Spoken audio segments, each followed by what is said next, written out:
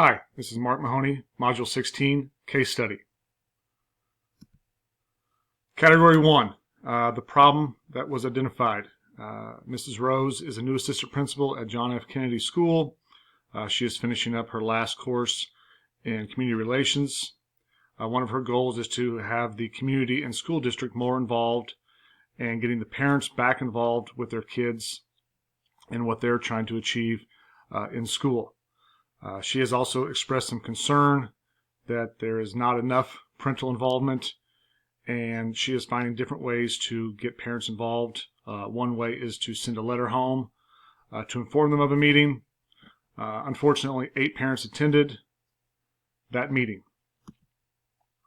What we need to know, what I found the biggest thing that we need to know is why was the principal negative on the parent involvement? What caused that parent involvement? What does the community feel about the school or principal?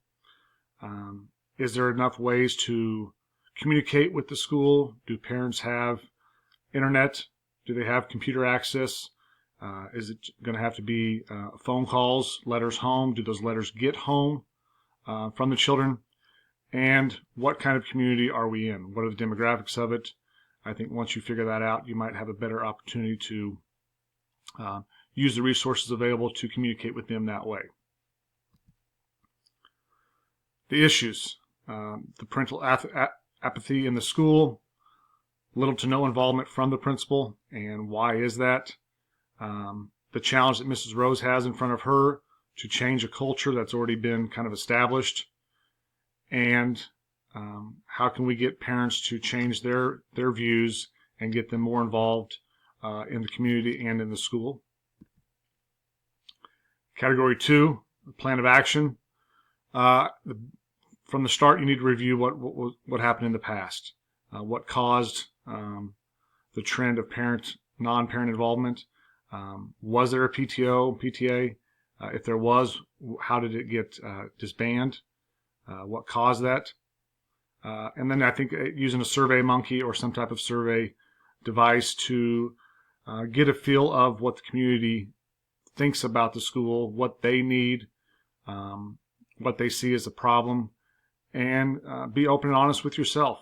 Start from scratch and realize that you're doing this for the community, for the kids, and find as many ways that you can communicate with them and get them to turn around and improve this situation. Strategies. I think the biggest one is the survey. You can get a lot of information as long as people are honest and you get enough people to take that survey. The key to a good survey is the right questions and making sure that everybody participates in that survey. We do it at our school. We have a community night. And we have an ice cream social. We're actually having it in a couple weeks right before school gets kicked off. Music, the band plays. We have some community members donate some little goodie bags, but I think getting people to see a positive atmosphere at school any way you can is a step in the right direction. The other thing is to have a plan of action on when you're going to meet where it's convenient for your community. If a lot of people work late, maybe a weekday, a weekend, I think you work towards the community, not what's easiest for you. Category 3, resolve the issue based on interest of all students. The survey sent out through multiple venues, I think through email, through the school website, even if it's a piece of paper taken home, if people do not have access to the internet, and through social media, and reach as many people as you can through as many venues as possible. This should increase parental involvement, and in turn, when the parents involved, the student success also goes up, and they're more motivated to take ownership in their school and their community when they're involved in that. The principal and Mrs. Rose need to work together. They need to have one goal, share that goal with the students and the staff, and strive to reach that goal with everybody involved. If everybody takes ownership in that goal, the more likely you're going to have success. Also share that community that goal with the community, to get them more involved, to get them to feel positive about the school and how we're going to improve it. And I think through the surveys, through open house nights, through family involvement, all these strategies should, in turn, help the community and help the schools and Mrs. Rose and the principal. The debrief. What was I thinking? Why is there parental apathy in the school? I thought a lot about that, but I also wanted to know what kind of methods have they tried in the past? What wasn't working? Why did they stop it? And can we fix that issue? Feeling. I really love Mrs. Rose and how she wants everybody involved. She's very passionate about it, and I think that type of passion and that school spirit is what any school needs to kind of jumpstart and get everybody excited about teaching, and that's why we're around to be there with kids, and I think she's going to do a great job with that. Same thing with valuing Mrs. Rose, courage to change. She's new, and she's trying to change what was done in the past, and her passion to be involved in the school and get the school and parents involved in everything. Unresolved issues. Will the principal continue to move forward, and will he be open-minded enough to be willing to change some of his methods and the methods that have maybe worked in the past, and hopefully he's on board with what everybody else is trying to achieve. Can we start a new PTO, maybe some new guidelines, find the right people that want to be involved, that have that same passion, and work from there. It's a slow start. You don't expect change right away, but if you can slowly get people involved, get the right members on board that are following your passion, you're going to have a lot more success with everybody. Standard 7, the component 1, communication from the principal to the community, staff, and students will increase. If those things happen, the community bond will grow much stronger. I don't know if the principal quite understands his role and how much people look up to him and they need him for guidance. And I think with that change, he's going to see a lot more positive reflection in his job and in his school and the community. With any job, especially with students, especially with school, when kids are a prized possession to their family, building relationships with them, building a bond with them, and knowing that when they come to school, they're going to have relationships and people that care for them and love them.